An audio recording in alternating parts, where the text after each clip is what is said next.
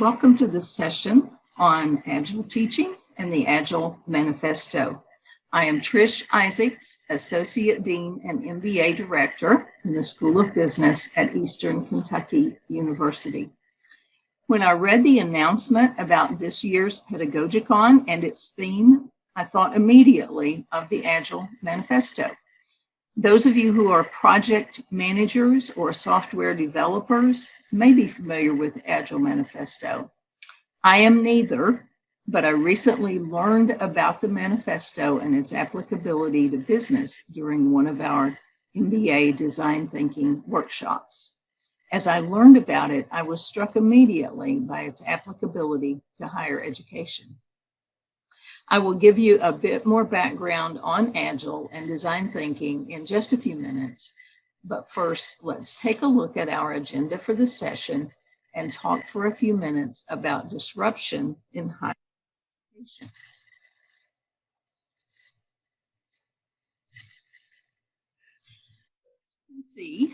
We will look at disruption.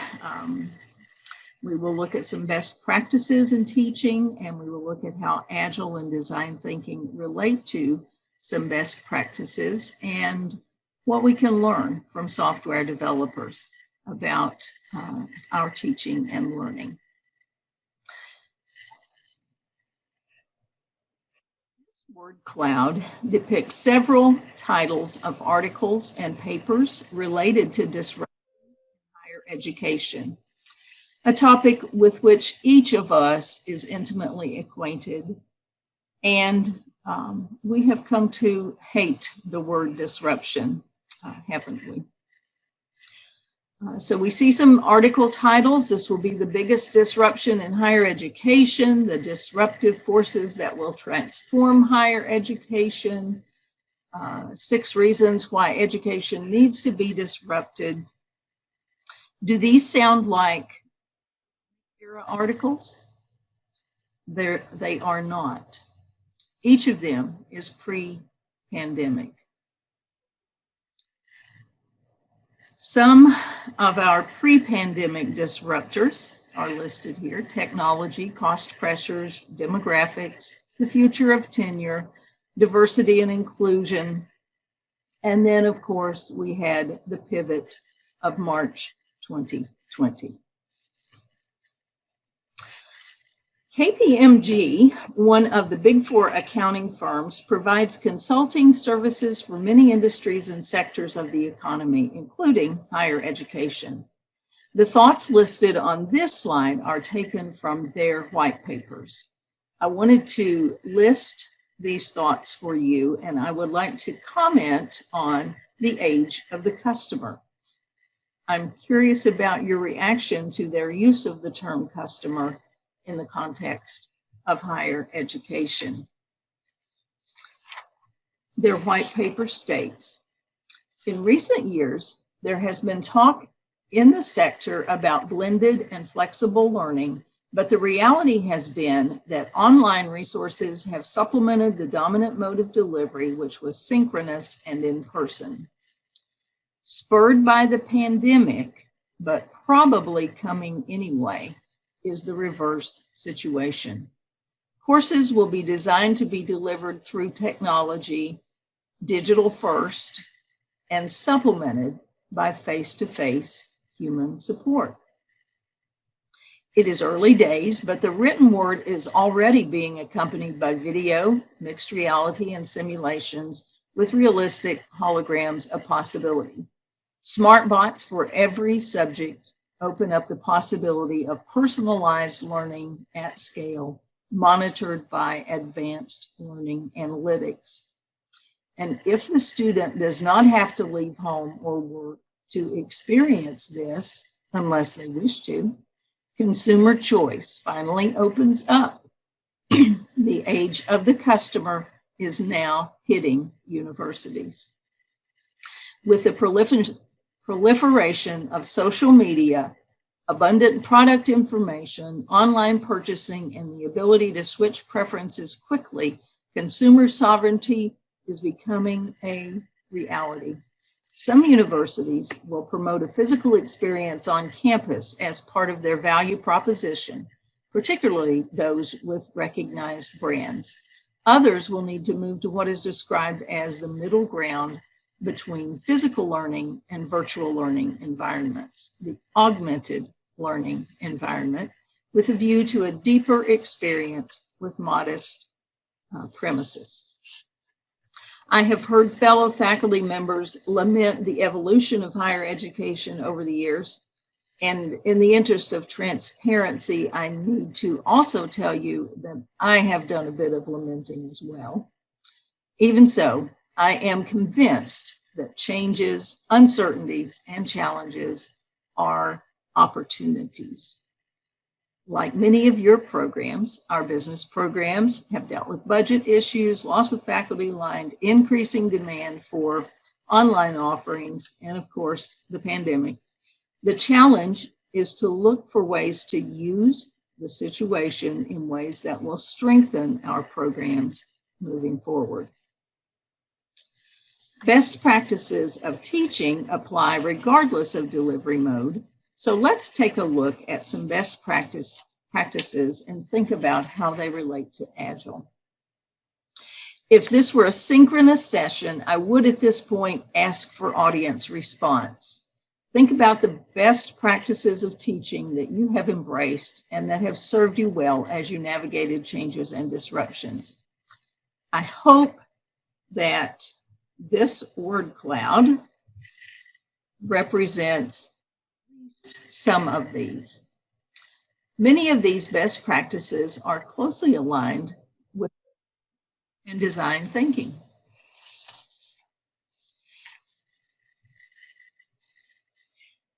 Agile is a project management approach that uses an iterative and collaborative philosophy of rapid product development and production. It is aligned with design thinking. Both design thinking and Agile are widely used in business and in other sectors. Design thinking is taught at leading universities around the world, including Stanford and MIT. And I might add, it's part of our MBA program as well at EKU. Design thinking is an approach to tackling complex problems,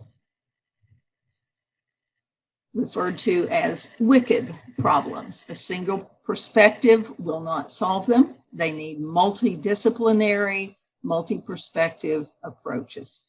Design thinking balances desirability, viability, and feasibility. I mentioned that design thinking is used worldwide, and that is emphasized circle in this diagram.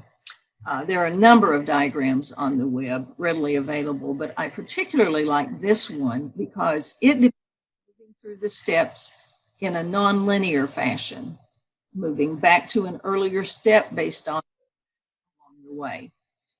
This diagram does not depict the iterative nature of design thinking. After completing a test, the process does not end. The information gained in the test phase can then take the team back to empathize or define or ideate, and the process continues. It is a cycle, not a linear process. I will give you a brief overview of the steps of design thinking in the context of our redesign of our MBA curriculum. First, we empathized. We began by hearing from our stakeholders, including current and potential students, faculty members, and employers. We also gathered information about peer and aspirant MBA programs.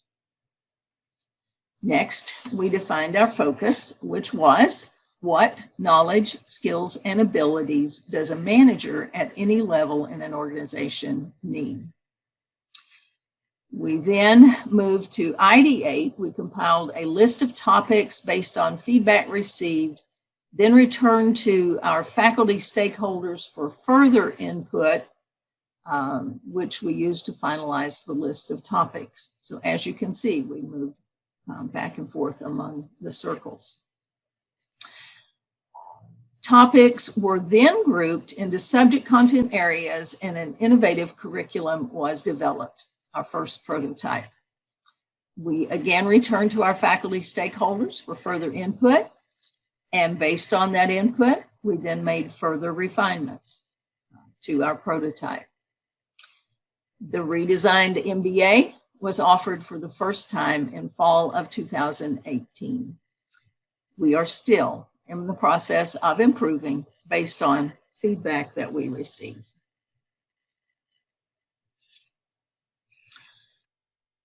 Agile has been described by the Agile Alliance as the ability to create, respond to change. It is a way of dealing with and ultimately succeeding in an uncertain and turbulent environment. Does this sound like a solution higher education needs right now? We certainly see uncertainty in a turbulent environment. The quote that I listed on this slide really resonates with me. It's really about thinking through how you can understand what's going on in an environment that you're in today, identifying the uncertainty you face and figuring out how you can adapt as you go along. Part of the reason we're participating in this conference is that we are seeking to understand our environment and the uncertainty we face. And we hope to leave the conference with some takeaways and nuggets that we can use moving forward. Why the Agile Manifesto? After all, it relates to software development. It was developed in 2001 by a group of software developers who were frustrated with the current state of their industry. Software companies were, in their view, far more concerned with excessive planning and documentation of software development cycles than that they were with what really mattered, which was pleasing their customers. Their frustrations are evident in their 4 values and 12 principles. Before we look at the values and principles, I thought it might be helpful to look at a couple of examples of companies that use Agile.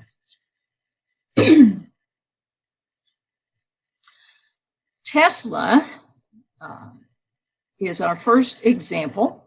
According to Joe Justice, you will meet Joe Justice in just a minute by way of a YouTube video. He has worked extensively with many large companies, including Bill and Melinda Gates Foundation and BMW. According to Joe Justice, Tesla is an Agile native. Its approach is clear in the following excerpt of a YouTube video in which Joe Justice is interviewed by Phil Klein. So Elon Musk, the CEO of Tesla and SpaceX and Neuralink and the Boring Company and OpenAI, which are all becoming the most effective and most followed and financially successful companies in all of their respective sectors. He calls the 3M CEO. The CEO of 3M at that time was Inge Thulin. And Elon says, "You are fantastic at making privacy films for screens. You're fantastic at making solar cells. What I'd like you to do is put privacy filters on your solar cells. So when looked at from an extreme angle from the ground, if it's on a roof, it looks like black or terracotta tile or beautiful reflective glass. But from the sun's perspective, looking almost straight down at the solar panel, it sees straight through the privacy filter and sees the solar film to create the solar voltaic effect to make electricity. And you also make highly UV stable adhesives to hold these 2 layers together for many, many, many, many years of harsh element, wide temperature range use. I'd like you to make a solar roof for us." And Inge Thulin says, "Elon, I'm so impressed you know our product stack and our technology strengths so well that you can propose a new product that is right in our wheelhouse that we hadn't even thought of. That's amazing. I'd love to do it. Great, we'll put the product in our queue immediately. It'll go through our new product introduction phase after our new product development phase, and you will have your prototype in right about 7 years." Elon says, "Great, we'll start installing it on homes in 7 weeks. And he hangs up the phone. Now Inga Thulin has a choice. Inga can queue up the new product development and the new product introduction phases the way they normally do and lose the business, not get any of this business, not get the halo effect of working with the Musk companies. It all goes away. Or Inga can work in a way that is 4N to 3M, outside the new product innovation and new product development process that are defined. And Inga decides to run an Agile project. And like all Agile initiatives, they're far more effective if we ask who wants to join, the energetic people. So he says, who would like to join? And he gets hundreds of responses. And he says, who can put all your other work on someone else? You can shift it to another area of the company, or you can outsource it, or you can stop it. So this is the only thing you do. And he gets a very small number of people that says, yes, we can. Then those people sit in one room together full time, and they all work in pairs. No one works alone. They have one big projector screen, and a lot of the time they're doing laptop work, procurement, chemical mix ideas, drawings, talking to vendors. Only one person is allowed to type at once. Everyone sees it on the screen. They all point and talk. It's real-time conversation. They're a team. They all work on one thing together at once. When they need to make a prototype, they all go to the factory together, and they make it on the line together, or they watch it made together, and they fly back with the prototype. They finish early. It set records all across 3M. This is Agile. It's the team-based management of Scrum, which just makes it really simple and lean to work with many teams at once. And it's the Agile idea of, instead of just phases, you make a small project, although a solar roof isn't that small, on an incredibly short cycle. One of the methodologies of Agile is Scrum, which does require the devoted team that was described in the video. That doesn't often happen in education, but that doesn't mean that we cannot use the principles of Agile. We don't have to use the Scrum methodology. We can take the principles and apply them to what we do. Another company that is known as an Agile company is Amazon. Amazon is not the Agile native that Tesla is, but they did use some elements of Agile from the beginning, and then through a change of leadership and as the company progressed, they began to fully embrace Agile. One of the tools that they use is called it's the PR/FAQ. And as I read about this document, I saw some parallels for education. So I wanted to take a closer look at their PR/FAQ. The PR/FAQ reminds me of the backward design framework, which I plan to use as I develop an MBA accounting class for online rollout in spring of 22. Amazon's approach is to develop a press release complete with fake customer reviews that describes what they seek to develop. They then have a series of FAQs, which also guide them and help them with that empathetic perspective. As I thought about Agile in education, I found an interesting article on CIO.com. It describes 6 Agile principles that, in their words, can be used almost anywhere. I wanted to share them with you. Design thinking and Agile include brainstorming and prototype building with many kinds of materials, and it does not look like work at all. So sometimes work doesn't look like work. Delivering value early and often is certainly important to us in education. We deliver value a course at a time, a module at a time, a lesson at a time, even an activity at a time. Break it down. Breaking it down is good advice, whether someone is developing a new course or preparing to teach a course they have taught before. It is also good advice for curriculum development. Having just completed a redesign of our business core, I can attest to the importance of prioritizing and tackling one part at a time. Focusing on capacity is important. Focusing on speed leads to errors and omissions. The statement about aligning resources with needs may be more applicable to business and to education, given our recent experiences with budget. But it is important to recognize what we can and cannot do with existing resources.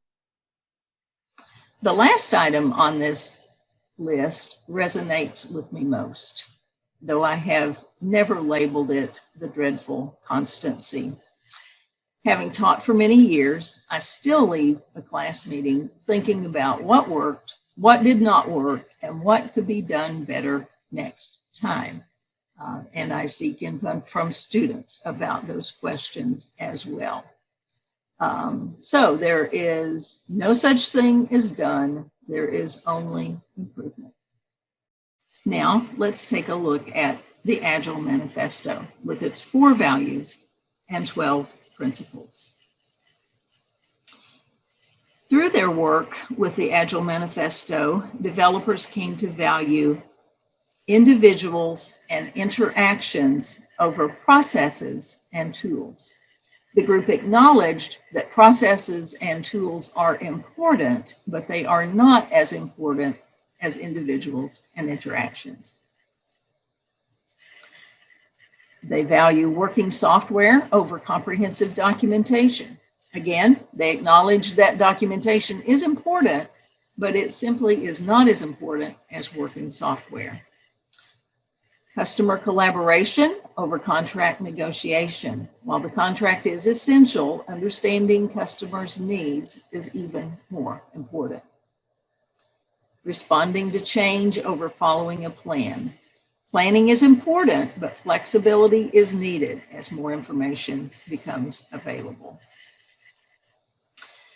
I want to move quickly through this slide and the next. They list all the 12 principles of the Agile Manifesto. And I'll just give you a minute to scan those. I will be repeating several of them that relate more closely to education.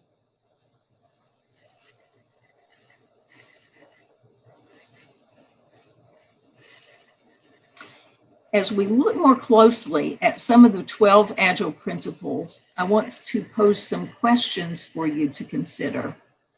If we were synchronous, I would like to have breakout sessions for you to discuss in small groups. Since the session is recorded, I encourage you to contemplate some of these questions and points. For software development, the highest priority is to satisfy the customer through early and continuous delivery of valuable software. My question to you, what is our highest priority in teaching? As I contemplate that question, I am reminded of a comment from a former professor. He often said, "We change lives for the better."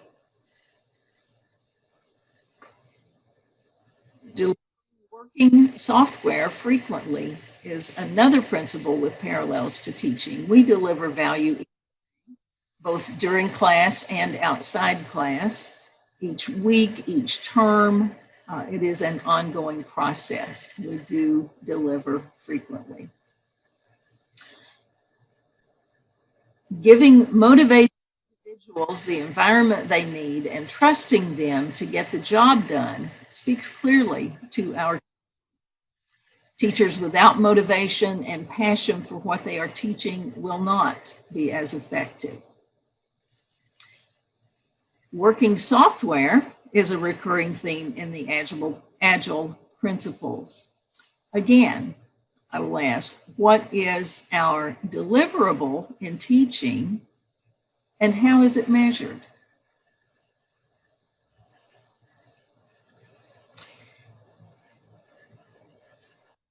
work with highly motivated faculty members, and they energetically seek to engage their students in the learning. While it seems that we can work tirelessly as we do what we love, burnout does happen.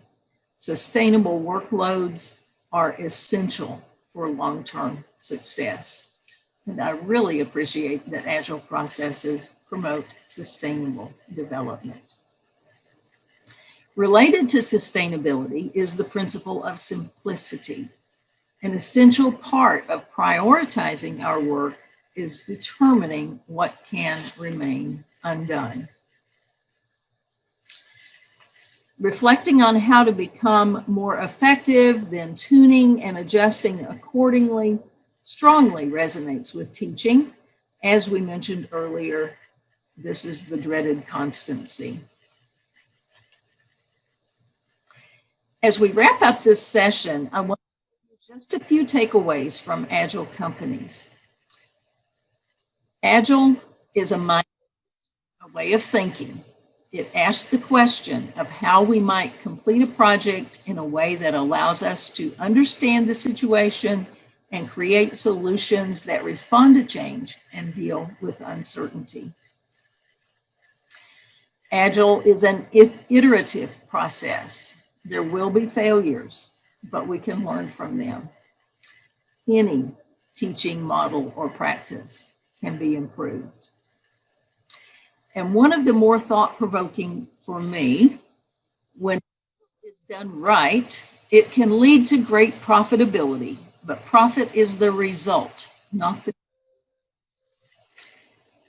In much the same way, applying Agile principles can lead us to success in teaching, but the teaching and learning process must be the focus.